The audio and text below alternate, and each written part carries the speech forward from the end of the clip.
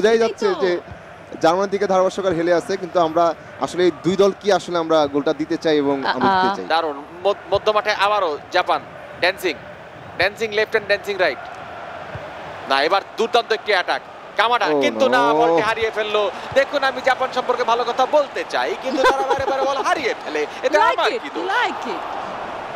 আচ্ছা, রাউমের পায়ে বল, তবে বলতেই হবে জার্মানি সময় নষ্ট করতেছে, প্রচুর সময় নষ্ট করতেছে তারা, কারণ তারা জানেন যে যদি একবার পেনাল্টি শুটআউটে যায় তাহলে ম্যানুয়েল নয়ার তাদেরকে সেভ করবে। ঠিক আছে, রাইট, এরকম একটা লাথি দিতে হবে মাঝে মাঝে। আরে আপনার দলের মানুষজন প্রার্থনা করতেছে, দেখেন। কর্নার কিক নিচ্ছেন, ছোট করে কিক নিলেন, ওয়ার্নারের পায়ে বল, ডি বক্সে আবারও ঢুকেছে ন্যাব্রি।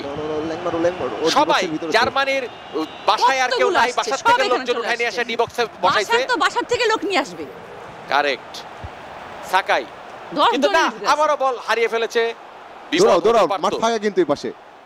এবার ফাঁকা মাঠে দৌড় দেওয়ার ইনস্ট্রাকশন আছে, ফাঁকা মাঠে দল এটাকে বলে। এক্সট্রা টাইম চলছে, যে কোনো মুহূর্তে খেলা শেষ হয়ে যাবে। আমরা চলে যাব পেনাল্টি শুটআউটে, এবং পেনাল্টি শুটআউট। কামাডা কামটা কি করলো এটা?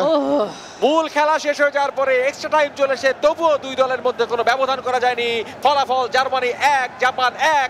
আমরা চলে যাচ্ছি পেনাল্টি শুটআউটে। আমরা দেখেছি যে কি দুর্দান্ত গোলকিপিং করেছেন ম্যানুয়েল নয়ার, ওদিকে গোন্ডাও কিন্তু কম যান না। এখন দুই গোলকিপারের পরীক্ষা হবে পেনাল্টি শুটআউটের মাধ্যমে। Let's go. চলছে বিশ্বকাপ গেমারু, hosted by bKash. First shot নেবেন জার্মানি, দুর্দান্ত ভাবে লক্ষ্যভ্রষ্ট শট। এবার সেকেন্ড গোলটি নিচ্ছে জাপান, আবারও লক্ষ্যভ্রষ্ট শট। উভয় পেনাল্টি মিস হয়েছে।